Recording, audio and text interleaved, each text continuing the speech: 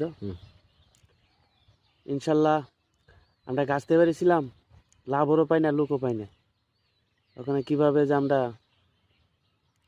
লোক দিব, ওইটাই আল্লাহর কাছে দোয়া করতেছি। আপনারা দোয়া করেন আমাদের জন্য, আমরা যেন লাভও পাই এবং গাছের জন্য লোক পাই।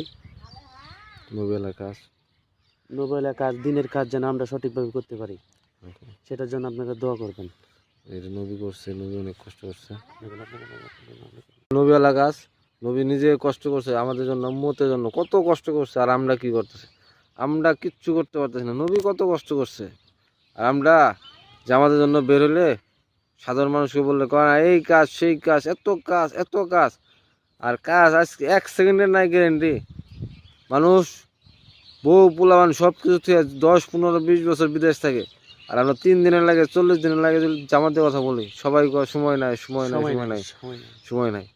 আর কত হেদায়েত দান করুক তাদের উপর, আল্লাহ সবাইকে হেদায়েত দান করুক। সবাই দেশ বিদেশ ছাইরে, দেশ ছাইরে বিদেশ থাকে হাজার বছরের বছর বছর।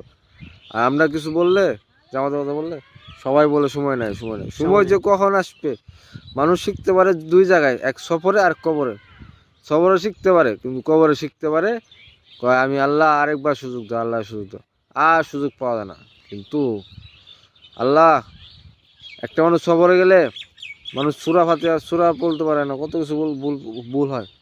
এই আলেমুল্লাহদের সাথে সাইকে অনেক কিছু শেখা যায়। নিজের খায়, নিজের আল্লাহর দেওয়া জানে, আল্লাহর দেওয়া মাল, আল্লাহর দেওয়া সময় নিয়ে, আল্লাহর বান্দা নিজের মাল নিয়ে, নিজের সময় নিয়ে, নিজের সব কিছু নিয়ে নবী আল্লাহ উম্মতকে শেখানোর জন্য আইসে। কিন্তু সাধারণ মানুষ এটা বুক করতে। ভাই আপনারা দোয়া করবেন যে আমরা যে গাছতে পারিছি, আল্লাহর রাস্তায় পারিছি, আমরা যেন যে উদ্দেশ্যে পারিছি সেই উদ্দেশ্য আমরা পূরণ করতে পারি। আল্লাহ সবাইকে হেদায়েত দান করুক, আমিন আমিন। এই গাছটা হলো নবী আল্লাহ গাছ। এই গাছটা সাধারণ মানুষ আমাদের খালি অবহেলা করে, কিন্তু সময় দিতে চায় না।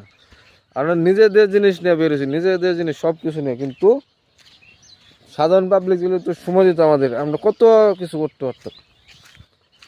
এটা হলো নবী আল্লাহ গাছ। এই গাছটা মানুষ পছন্দই করে না। যত মুসলিম ভাইরা আছে আমাদের জন্য দোয়া করবেন, আমরা আপনাদের জন্য দোয়া করব। প্রতিদিন রাত্রে তাহাজ্জুদ করে আমরা দোয়া করি যে আমরা জন্য দোয়া করবেন, আমরা যেন প্রতি মহল্লা থেকে একটা করে জামাত বের করতে পারি ইনশাল্লাহ। আসসালামু আলাইকুম, আপনারা আমরা জন্য দোয়া রাখবেন।